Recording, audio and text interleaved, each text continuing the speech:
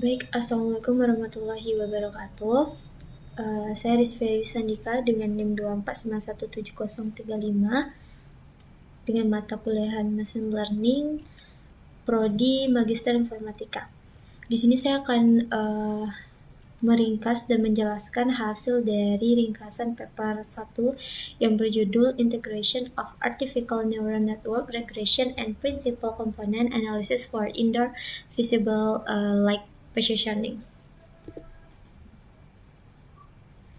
Oke, baik, di sini ada pendahuluan permasalahan general secara umum.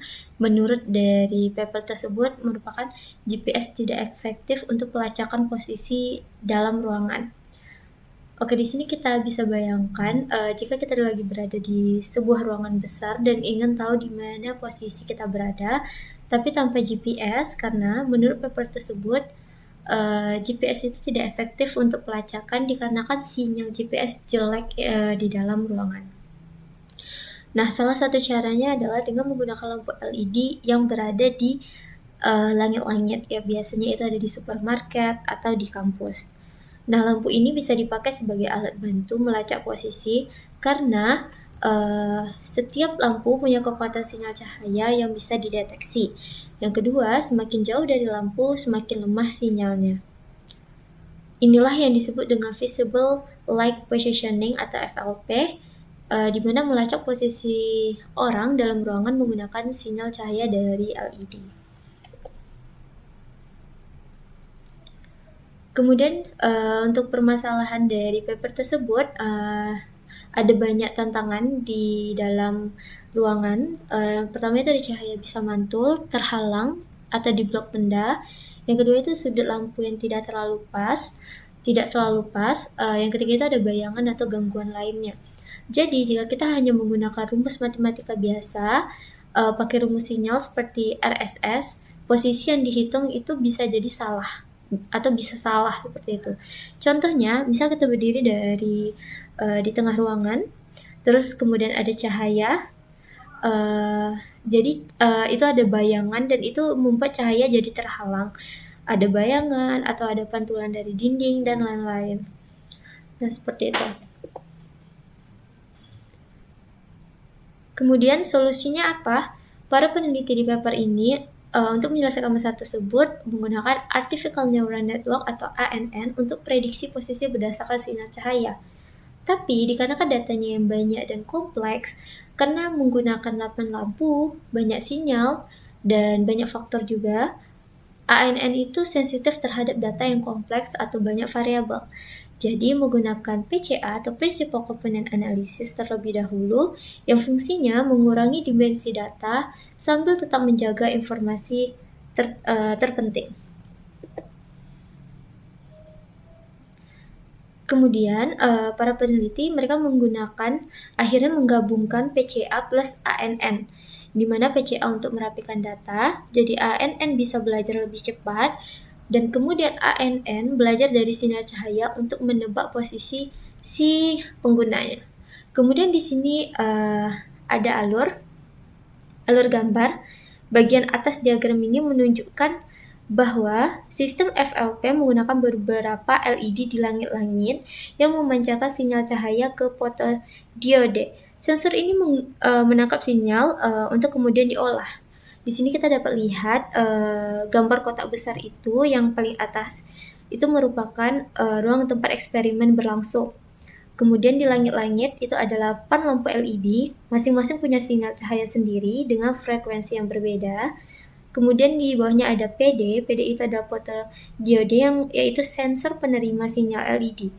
Kemudian di situ ada TX itu adalah transmitter atau LED. Kemudian RX adalah receiver atau PD-nya. Kemudian ada FOV, Field of View, yaitu area penglihatan dari PD-nya. Setelah data cahaya diterima, data akan diproses dan disederhanakan dengan PCA untuk mengurangi kompleksitas. Lalu data dibagi menjadi 2, yaitu data pelatihan untuk melatih ANN dan data uji untuk mengecek prediksi. Kemudian kita bisa lihat step yang kedua itu ada visible light data, di mana itu sinyal dari LED ditangkap oleh PD, jadi data numerik diubah menjadi data numerik yaitu RSS. Kemudian di bawah itu ada data pre-processing plus PCA. Data ini disimpan dan disederhanakan dengan PCA supaya lebih ringan dan tidak redundant. Kemudian data tersebut di-split jadi dua. Yang pertama ada location 1 to n, di mana itu merupakan training data, data lokasi yang diketahui untuk melatih ANN. Yang kedua ada location X atau testing data, data lokasi baru yang mau diprediksi. Kemudian di bagian selanjutnya kita melihat ada ANN regression, merupakan model artificial neural network dilatih dari data training. Kemudian ada training wedges, di mana proses pelatihan menghasilkan bobot wedgesnya untuk dipakai memprediksi lokasi. Kemudian ada online prediction, model yang sudah dilatih bisa langsung memprediksi posisi lokasi baru atau location X. Kemudian di sini ada estimate location. Hasil akhirnya adalah koordinat lokasi perhitungan training yang dilakukan secara offline untuk menghitung bobot ANN. Setelah itu, model bisa langsung digunakan secara online untuk memprediksi lokasi berdasarkan sinyal LED. Nah, di sini ada offline dan online. Offline di sini merupakan proses training dilakukan sebelumnya atau tidak butuh internet. Kemudian online ini adalah sistem yang sudah siap dipakai secara real time untuk mendeteksi posisi. Jadi kesimpulan dari gambar ini merupakan alur lengkap sistem PCA-ANN, di mana dari penangkapan sinyal cahaya, pengolahan data dengan PCA, pelatihan mode ANN, hingga prediksi lokasi secara real time. Oke, selanjutnya di sini ada PCA. Apa itu PCA? Jadi PCA itu adalah alat bantu statistik untuk mengurangi jumlah variabel dan menjaga inti informasi. PCA mempercepat pelatihan ANN dan mencegah overfitting atau mode terlalu rumit dan malah jadi buruk saat diuji. Nah, di sini ada diagram. Diagram ini menunjukkan bagaimana PCA digunakan untuk menyederhanakan data. Lalu data hasil PCA akan dipakai untuk melatih model ANN (Artificial Neural Network). Sekarang kita mulai dari data awal yang akan kita proses. Dalam hal ini, sinyal dari LED yang ditangkap oleh sensor. Nah, di sini mulai dari star, kemudian input X. X ini adalah data awal, misalnya sinyal RSS dari LED. Nah, data ini biasanya punya banyak dimensi, ada 8 LED sama dengan 8 fitur. Kemudian data dinormalisasi agar setiap fitur punya skala yang sama. Jadi PCA bisa bekerja lebih adil dan efektif, di mana mean sama dengan 1, varian sama dengan 1, supaya data tidak bias karena skala yang berbeda-beda. Kemudian ada compute convergence matrix, itu mengukur hubungan antar fitur, misalnya antar sinyal LED. Convergence matrix juga jadi dasar untuk hitung PCA. Selanjutnya di sini ada compute agent value dan agent vector, digunakan untuk menentukan arah baru atau prinsipal komponen dari agent vector. Kemudian dari agent value itu seberapa penting tiap arah. Kita pilih jumlah komponen PCA secara optimal, tidak terlalu banyak tapi tetap menjaga informasi penting. Kemudian di sini ada calculate variance, di mana itu apakah besar dari 95%. PCH hanya ambil komponen utama yang menyumbang besar dari 95% informasi. Misal dari 8 fitur, cukup 4 fitur yang mendapatkan 95% untuk mendapatkan informasinya. Kemudian ada result matrix PCA X, data yang sudah disederhanakan, kemudian masuk ke ANN. Nah, kemudian ada train ANN, di mana neural network dilatih dengan data hasil PCA. Kemudian ada evaluate loss, dicek seberapa baik model untuk memprediksi lokasinya. Kalau loss masih tinggi, bisa disesuaikan jumlah komponen atau parameter. Kemudian ada inverse transform, itu opsional. Kalau perlu, hasil PCA bisa diubah kembali ke bentuk asli untuk diinterpretasikan. Kemudian di sini ada weight and bias di tren ANN itu. Jadi ANN menyimpan hasil pelatihan, bobot dan bias untuk digunakan saat prediksi. Jadi, gambar ini adalah alur lengkap proses PCA ANN. Data awal disederhanakan dulu dengan PCA agar model ANN bisa belajar lebih cepat dan efisien. PCA membantu kita memilih fitur yang paling penting aja, lalu ANN dilatih dengan data tersebut. Setelah dilatih, model bisa digunakan untuk prediksi posisi dalam sistem FLP. Kemudian kita masuk ke ANN. Apa itu ANN? ANN adalah Artificial Neural Network. Itu seperti otak mini. Ada inputan layer, masukan, kemudian ada hidden layer, pemrosesan, dan output layer itu hasil. Jadi ANN belajar dari data, menyesuaikan bobot sambil meminimalkan kesalahan prediksi. Di paper ini, ANN digunakan untuk menebak koordinat posisi dari sinyal LED. Dan di sini ada gambar. Gambar ini menunjukkan arsitektur ANN yang digunakan dalam model ini. Input berasal dari hasil PCA, lalu diproses oleh beberapa lapisan tersembunyi hingga menghasilkan output berupa prediksi posisi. Jadi setiap node dihubungkan agar bobot yang terus diperbarui selama pelatihan agar hasil prediksinya tuh semakin akurat. Jaringan ANN terdiri dari input layer, hidden layer, dan output layer. Jadi setiap neuron itu dihubungkan dan dilatih untuk mengenali pola dari data PCA dan memprediksi koordinat posisi. Nah, di sini kita lihat ada input di sebelah kiri ini input layer. Data dimasukkan dalam paper ini hasil PCA dari sinyal LED, misalnya X1, X2 sampai Xn ini. Kemudian kita lihat yang di tengah, layer tengah, itu lapisan tersembunyi memproses input dengan bobot W. Ada W1, W2, dan Wn. Jadi setiap node mengolah kombinasi sinyal, lalu diteruskan. Nah, outputnya di sebelah kanan itu adalah prediksi hasil akhirnya. Dalam paper ini, posisinya adalah Y1 dan Yn. Di sini ada yang edge atau koneksi antar node-nya itu masing-masing mempunyai bobot W yang tadi yang diubah saat training. Jadi setiap neuron itu menghitung kombinasi dari input dan bobot lalu meneruskannya ke lapisan berikutnya.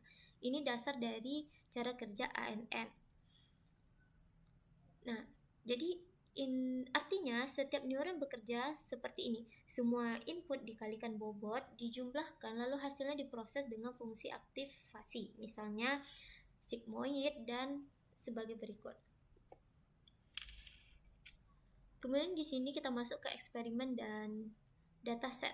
Di sini datasetnya, data yang diambil itu adalah eksperimen nyata. Dengan data training itu 19.360 data dan data testing 16.771 data. Kemudian data dikumpulkan dari berbagai posisi untuk mencerminkan pergerakan pengguna. Nah, di sini ada gambar dan tabel. Ini menjelaskan kondisi eksperimen yang dipakai untuk menguji model PCA ANN di paper ini. Jadi ini penting karena tabel ini menunjukkan spesifikasi teknis dari sensor yang digunakan, seperti informasi ukuran area, frekuensi sampling, dan resolusi penting karena berpengaruh terhadap akurasi sinyal yang ditangkap oleh sistem. Dapat kita lihat juga untuk eksperimen pengujian dilakukan di ruangan berukuran 12 x 18 meter dengan LED ditempatkan di langit-langit dan sensor berada di ketinggian sekitar 1,1 meter.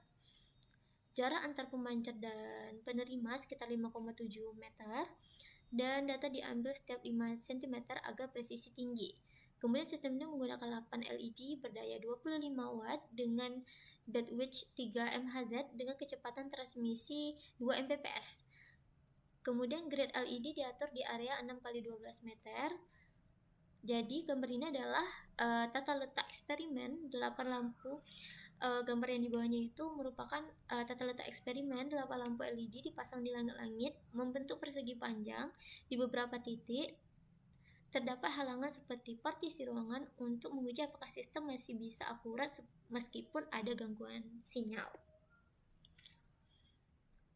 Kemudian koefisien korelasi Pearson atau PCC, sebelum menggunakan PCA, penulis mengecek hubungan antar data input, intensitas LED, dan posisi target koordinat X, Y.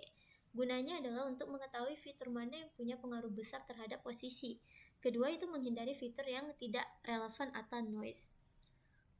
Nah, di sini kita melihat rumusnya yang artinya PCC bernilai +1 itu hubungannya sangat kuat dan positif. Jika bernilai 0 itu tidak ada hubungan dan jika bernilai -1 itu hubungan negatif. Nah, sebelum menerapkan PCA, peneliti menghitung nih Tujuannya adalah untuk menghitung korelasi persen untuk mengetahui fitur mana yang paling berpengaruh terhadap posisi ini. Ini penting agar PCA tidak membuang fitur penting saat mereduksi dimensi. Kemudian selanjutnya ada matriks kinerja, performance matrix. Tujuannya untuk menilai seberapa bagus prediksi posisi dari model PCA ANN.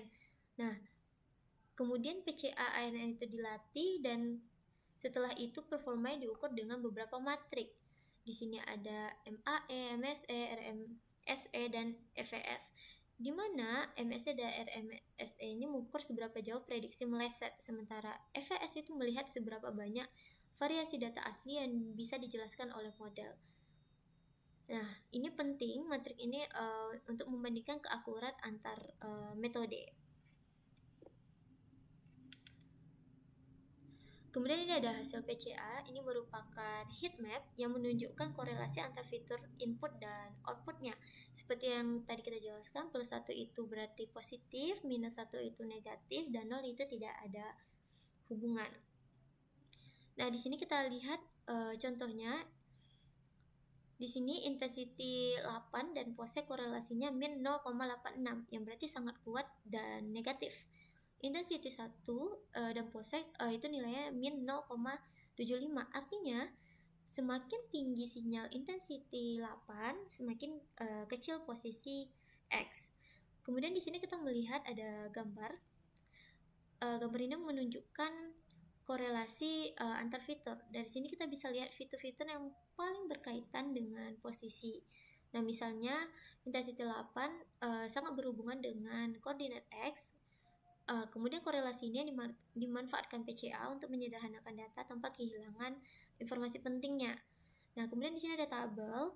Tabel ini menunjukkan bahwa hanya dengan 4 komponen utama dari PCA, kita sudah menjelaskan lebih dari 95% informasi dalam data. Artinya, kita bisa menyederhanakan dimensi tanpa membuang informasi penting.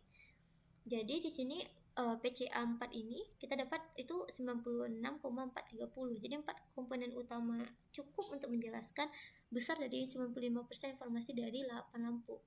Jadi ANN cuma perlu belajar dari 4 fitur, bukan 8, lebih cepat dan efisien.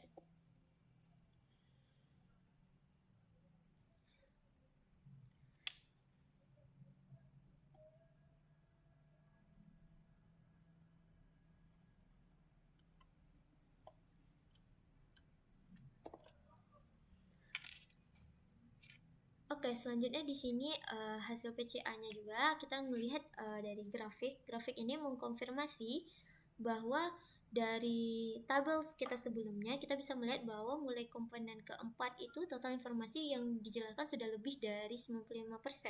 Ini menandakan bahwa 4 fitur utama PCA sudah sangat representatif. Di mana sumbu X itu adalah jumlah komponen PCA, sumbu Y adalah seberapa banyak informasi yang bisa dijelaskan, kemudian garis merah itu adalah ambang batas 95%. Di komponen keempat, grafik sudah melewati garis 95%, jadi PCA cukup pakai 4 dimensi. Kemudian gambar dari sebelahnya ini di kiri, di kanan, itu merupakan visualisasi data asli, sedangkan yang kanannya kan ada dua ini, kiri dan kanan. Nah, yang kanannya ini itu adalah hasil dari PCA dan kirinya itu visualisasi data aslinya. Terlihat bahwa PCA mengatur ulang data ke bentuk yang lebih terstruktur dan lebih mudah dipelajari oleh model machine learning seperti ANN. Oke, selanjutnya kita bandingkan dengan ICA dan FA, di mana grafik ini memperlihatkan nilai loss atau kerugian model error dari training ANN menggunakan PCA, ICA, dan FA. Jadi apa yang kita dapat ditunjukkan dari grafiknya ini, di mana kurva PCA itu turun lebih cepat dan mencapai loss terendah. Kemudian di sini kita lihat kurva ICA ini turun tapi lebih lambat dari PCA dan loss akhirnya lebih tinggi. Kemudian ada kurva FA, ini juga turun tapi lossnya paling tinggi, berarti performanya paling jelek. Nah, itu apa artinya? PCA ini paling efisien dan akurat.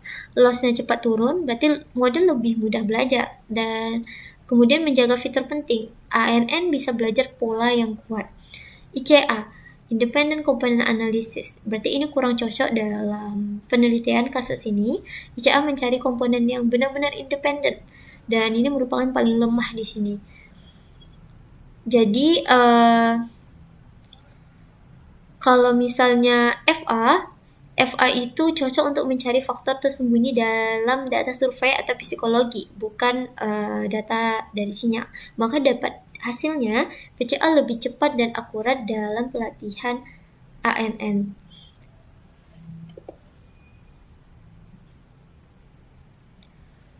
Nah, kemudian kita bisa lihat di sini kesimpulannya, kita bisa lihat dari grafik di sini, dimana kalau misal kita menggunakan PCA plus ANN dengan ANN tes biasa.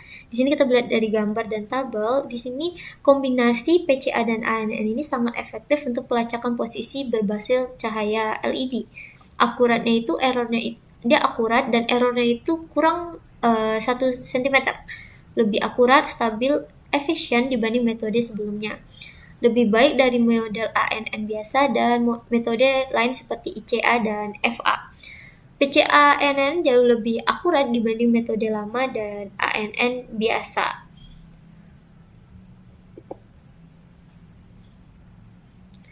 Oke, baik, sekian presentasi dari saya. Apabila ada kesalahan mohon dimaafkan. Terima kasih atas perhatiannya.